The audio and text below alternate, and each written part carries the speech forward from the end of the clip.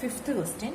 An electronic company produces 3 types of parts for automatic washing machine. അപ്പോൾ 3 തരം parts ഉണ്ട്. അതിന് നമ്മൾ എ, ബി, സി എന്ന് വിളിക്കുകയാണ്. It purchases casting of the parts from a local foundry and then finishes the part on drilling, shaping and polishing machine. അപ്പോൾ 4 operation ചെയ്യാനുണ്ട്. Casting ചെയ്യാനുണ്ട്, ഡ്രില്ലിംഗ് ചെയ്യാനുണ്ട്, ഷേപ്പിംഗ് ചെയ്യാനുണ്ട്, പോളിഷിംഗ് ചെയ്യാനുണ്ട്. അതിൽ കാസ്റ്റിംഗ് മാത്രം പുറത്താണ് ചെയ്യുന്നത്, ബാക്കിയുള്ളത് ഇവിടെ തന്നെയാണ് ചെയ്യുന്നത്.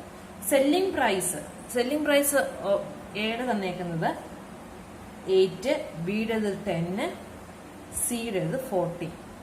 ഇത് സെല്ലിംഗ് പ്രൈസ് തന്നിട്ടുണ്ട്. All parts made can be sold. Casting ഇങ്ങനെ ഇതിന്റെ കാസ്റ്റിംഗ് കോസ്റ്റ് 5, 6, 10. അപ്പം സെല്ലിംഗ് പ്രൈസ് ഇതാണ്, കാസ്റ്റിംഗ് തന്നെ ഇത്രയാണ്.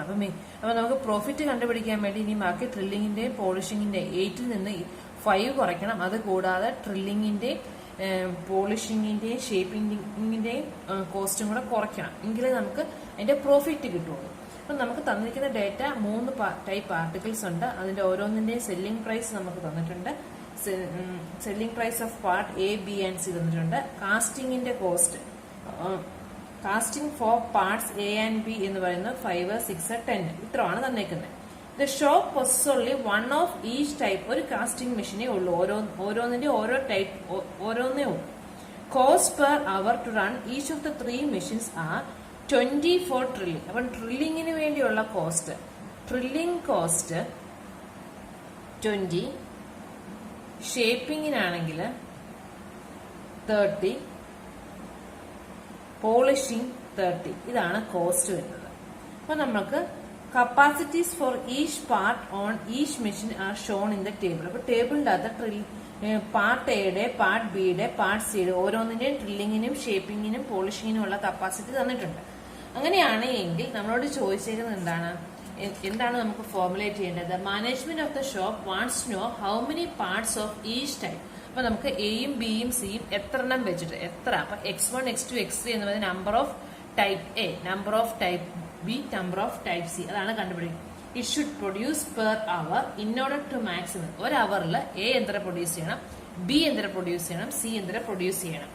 In order to maximize profit maximize ചെയ്യണം. പ്രോഫിറ്റ് എന്താണെന്നുള്ളത് നമ്മൾ ഒരു മണിക്കൂറിലെ പ്രോഫിറ്റ് നമുക്ക് കണ്ടുപിടിക്കണം. അപ്പൊ അത് മാക്സിമൈസ് ചെയ്യാണ് നമുക്ക് ചെയ്യേണ്ടത്. അപ്പൊ ആദ്യം നമുക്ക് എന്താ വേണ്ടത്? നമ്മൾ ഈ വേരിയബിൾസ് ഡിഫൈൻ ചെയ്യണം.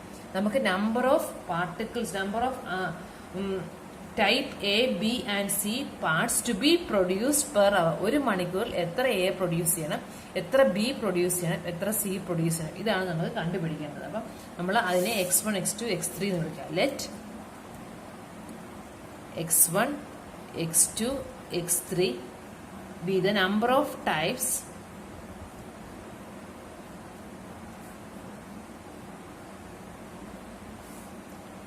A, B and C parts to be produced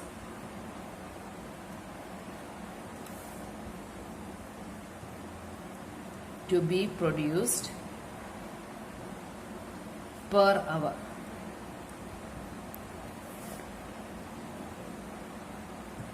അപ്പോൾ X1 എന്ന് പറയുന്നത് എയുടെ എത്ര നമ്പർ ഓഫ് പാർട്സ്, ഒരു അവറിൽ എ എത്ര വേണം, ഒരു അവറിൽ ബി എന്തര വേണം എന്നുള്ളതാണ് X2, ഒരു അവറിൽ സി എന്തര പ്രൊഡ്യൂസ് ചെയ്യണം എന്നുള്ളതാണ് X3 പറയുന്നത്.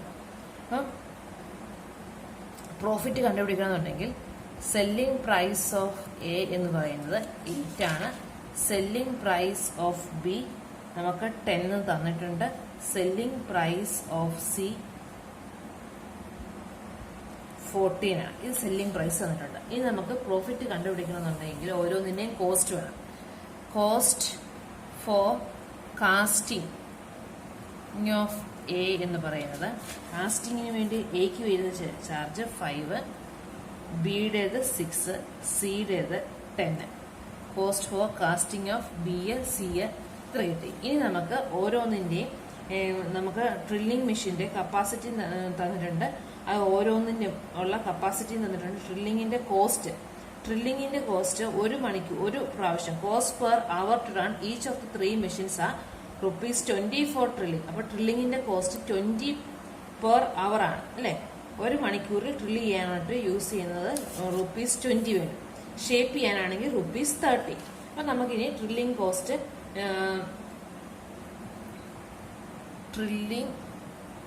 Cost per hour of A എന്ന് പറഞ്ഞാൽ ഡ്രില്ലിങ്ങിൻ്റെ കോസ്റ്റ് 20 ആണ്. അതിൻ്റെ കപ്പാസിറ്റി എയുടെ കപ്പാസിറ്റി അവിടെ 25, അപ്പം 20. അപ്പം drilling cost shaping cost per hour of എയുടെ കേസിൽ shaping cost 30 divided by shaping 25 ആണുള്ളത്, 30/25. പിന്നെയുള്ളത് polishing cost per hour of എയുടെ വരുമ്പം പോളിഷിങ്ങിൻ്റെ ടോട്ടൽ 40 ആണ് കപ്പാസിറ്റി വന്നേക്കുന്നത്, അവിടെ കോസ്റ്റ് 30, അപ്പം 30/40. അപ്പം കോസ്റ്റ് പ്രൈസ് കാസ്റ്റിങ്ങിൻ്റെ 5, ഡ്രില്ലിങ്ങിൻ്റെ 20/25, ഷോപ്പിങ്ങിൻ്റെത് 30/25, പോളിഷിങ്ങിൻ്റെത് 30/40. Therefore, cost price of A എന്ന് പറയുന്നത് എത്ര വരും? 5, 20/25, 30/25 പ്ലസ് 30/40. ഇത്രയും വരികയല്ലേ? ഇത്രയുമാണ് കോസ്റ്റ് പ്രൈസ്. കാരണം കാസ്റ്റിങ്ങിന് 5, ഡ്രില്ലിങ്ങിന് 20/25, ഷേപ്പിങ്ങിന് 30/25, ഇതിന് 30. അപ്പം നമുക്ക് സിംപ്ലിഫൈ ചെയ്യാം. 0 ക്യാൻസൽ ചെയ്യും. 5 പ്ലസ് 20 പ്ലസ് 30 50/25 പ്ലസ് 3/4 എന്ന് വരും. ഇത് 2 ആണ്. അപ്പോൾ 7 പ്ലസ് 3/4 7.75 വരും. ഇതാണ് cost price of A. Selling price 8 ആണ്, കോസ്റ്റ് പ്രൈസ് 7.75. അത് നമുക്ക് പ്രോഫിറ്റ് ഓഫ് എ കാണാൻ പറ്റും. Therefore, profit per type A part, selling price minus cross price ആണ് 8 minus 7.75 equal to 0.25 വരും. ഇനി നമുക്ക് ബിയുടെ കാണാം. Drilling cost of per hour of B. ഡ്രില്ലിങ്ങിന്റെ കോസ്റ്റ് 20 ആണ്, ഒരു അവറിൽ 40 ആണ് കപ്പാസിറ്റി തന്നേക്കുന്നത്, 20/40. Shaping cost per hour of B എന്ന് പറയുമ്പോൾ ഷേപ്പിങ്ങിന്റെ കോസ്റ്റ് 30 ആണ്, കപ്പാസിറ്റി തന്നേക്കുന്നത് 20. ഇനി polishing cost per hour of B. അതിന്റെ കോസ്റ്റ് 30 ആണ്, കപ്പാസിറ്റിയും 30 ആണ്. Therefore, cost price per type B per hour, ഓരോ അവറിനുമുള്ള അതിന്റെ കോസ്റ്റ് പ്രൈസ് എന്ന് പറയുന്നത് ആദ്യം casting price 6 plus 20/40 plus 30/20 plus 30/30. 6 plus 1/2 plus 3/2 plus 1 വരും. 7 പ്ലസ് 4/2. 6ഉം 1ഉം കൂടെ 7, 3 പ്ലസ് 1 4/2. 7 4/2 2 ആണ്, 7 പ്ലസ് 2 9 വരും. അപ്പം നമുക്ക് profit per type B particle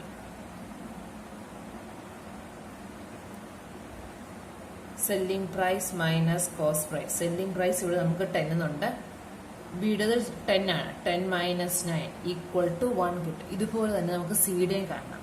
ഇനി നമുക്ക് drilling cost per hour of C. Drilling cost 20, capacity 25. 20/25 നമുക്ക് 4/5 എഴുതാം. ഇനി ഷേപ്പിംഗ് കോസ്റ്റ് പറയുമ്പോഴത്തേക്കും ഷേപ്പിങ്ങിന്റെ കോസ്റ്റ് 30, കപ്പാസിറ്റി 20, 3/2. അതുപോലെ തന്നെ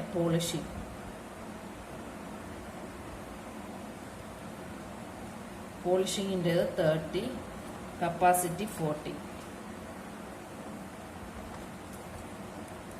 3/4.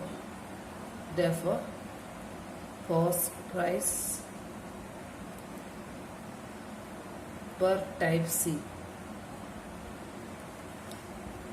ആദ്യം ഇവിടെ നമുക്ക് കോസ്റ്റ് പ്രൈസ് ഫോർ കാസ്റ്റിംഗ് 10 ആണ്.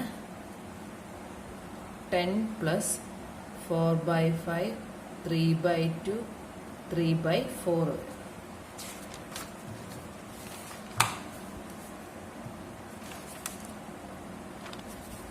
ടെൻ പ്ലസ് 4/5 പ്ലസ് 3/2 3/4 എന്ന് പറയുമ്പോൾ 6 പ്ലസ് 3/4 വരും. LC എടുക്കുമ്പോൾ 3/2 പ്ലസ് 3/4, 3 into 2 6 പ്ലസ് 3 9/4 വരും.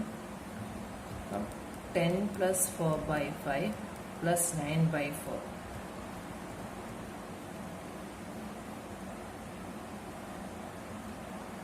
16 plus 45.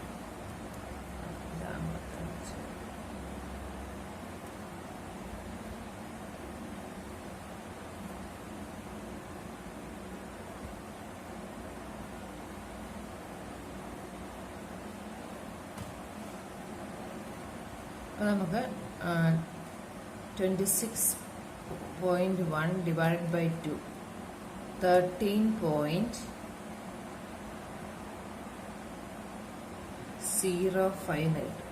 Therefore, profit per type C,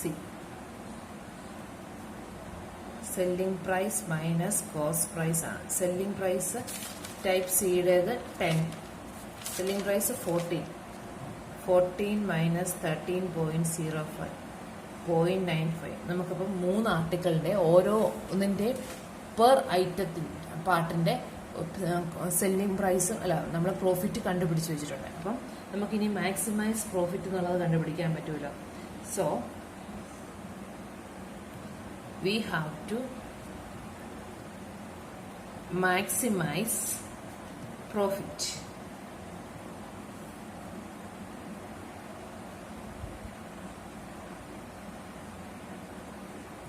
Maximize Z is equal to ആദ്യം എയുടെ പ്രോഫിറ്റ് 0.25, അപ്പോൾ 0.25 x1 പ്ലസ് ബിയുടേത് x2 1 ആണ് പ്ലസ് 0.95 x3. ഇതാണ് നമുക്ക് മാക്സിമൈസ് ചെയ്യേണ്ടത്. We have to maximise the profit ആണ്. മാക്സിമൈസ് Z is equal to 0.25 x1 plus x2 plus 0.95 x3 വരും. അപ്പം നമുക്കിനി കൺസ്ട്രെയിൻസ് ആണ് വേണ്ടത്. കൺസ്ട്രെയിൻസ് കണ്ടുപിടിക്കുമ്പോൾ ഡ്രില്ലിംഗ് മെഷീൻ്റെ കൺസ്ട്രെയിൻ ഉണ്ട്, ഷേപ്പിംഗ് മെഷീൻ്റെ കൺസ്ട്രെയിൻ ഉണ്ട്, പോളിഷിംഗ് മെഷീൻ്റെ കൺസ്ട്രെയിൻ ഉണ്ട്. ഇപ്പം നമ്മൾ ഇപ്പോൾ എയുടെ നോക്കുവാണെങ്കിൽ എയുടെ 25 ആണ് കപ്പാസിറ്റി. പെർ അവറിൽ ഡ്രില്ലിംഗ് മെഷീനിൽ 25 പാർട്ടേ പറ്റും. അപ്പോൾ 1/25 ആണ് നമുക്ക് ഒരു അവറിൽ on the drilling machine 1 type A part consume 1/25 of the available hour. Total available അവറിന്റെ 1/20, കാരണം ഒരു അവറിൽ 25 type A പറ്റും. അപ്പോൾ 1/25 ഓഫ് ദി അവൈലബിൾ അവർ ആണ് ഒരു type A യൂസ് ചെയ്യുന്നത്. അതുപോലെ തന്നെ നമുക്ക് ടൈപ്പ് ബിയുടെ ആണെങ്കിൽ 1/40 ആണ് ഡ്രില്ലിംഗ് മെഷീനിൽ യൂസ് ചെയ്യുന്നത്. 1/40 ഓഫ് ടൈപ്പ് ബി ആണ് യൂസ് ചെയ്യുന്നത്. ടൈപ്പ് സി ആണ് എങ്കിൽ ടോട്ടൽ 25 ആയതുകൊണ്ട് 1/25 ഓഫ് ദി ടോട്ടൽ ആണ് യൂസ് ചെയ്യുന്നത്. അപ്പൊ നമുക്ക് ആ ഡ്രില്ലിംഗ് മെഷീന്റെ കൺസ്ട്രെയിൻ മാത്രം നമുക്ക് ഒന്ന് സ്റ്റെപ്പായിട്ട് എഴുതാം, ബാക്കിയുള്ളത് സിമിലർലി എഴുതിയാൽ മതി. On the drilling machine 1 type A part consumes 1/25 of the available hour.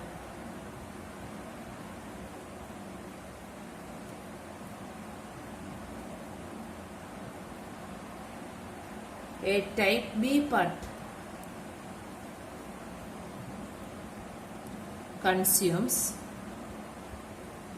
1/40th of the available hour, and a type C part consumes 1/25 of the hour.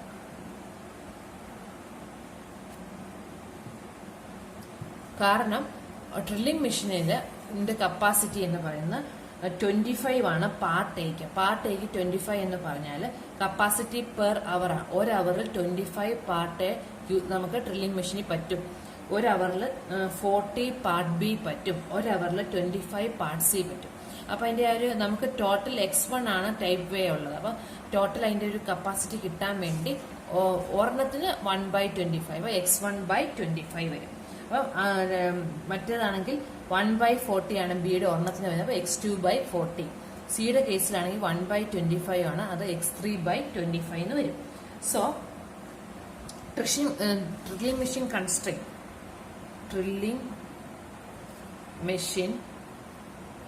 Constrain is equal to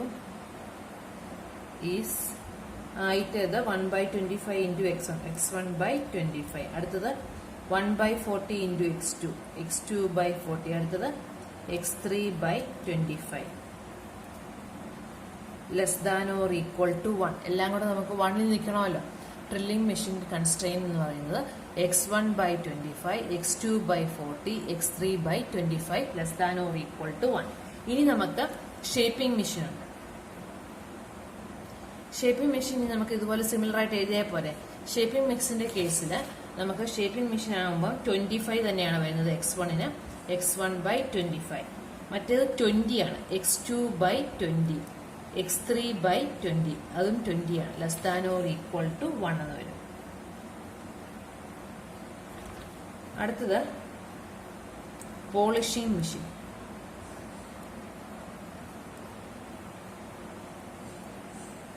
അത് X1/40 plus X2/30 plus X3/40 less than or equal to 1. നമുക്ക് 3 കൺസ്ട്രെയിൻസും കിട്ടും. Drilling മെഷീന്റെ കൺസ്ട്രെയിന്, shaping മെഷീന്റെ കൺസ്ട്രെയിന്, polishing മെഷീന്റെ കൺസ്ട്രെയിന്. ഇനി non negativity constrain കൂടെ വരും. X3 greater than or equal to 0. അപ്പൊ നമ്മുടെ ഒബ്ജക്റ്റീവ് ഫംഗ്ഷൻ എന്ന് പറയുന്നത് എന്തായിരുന്നു?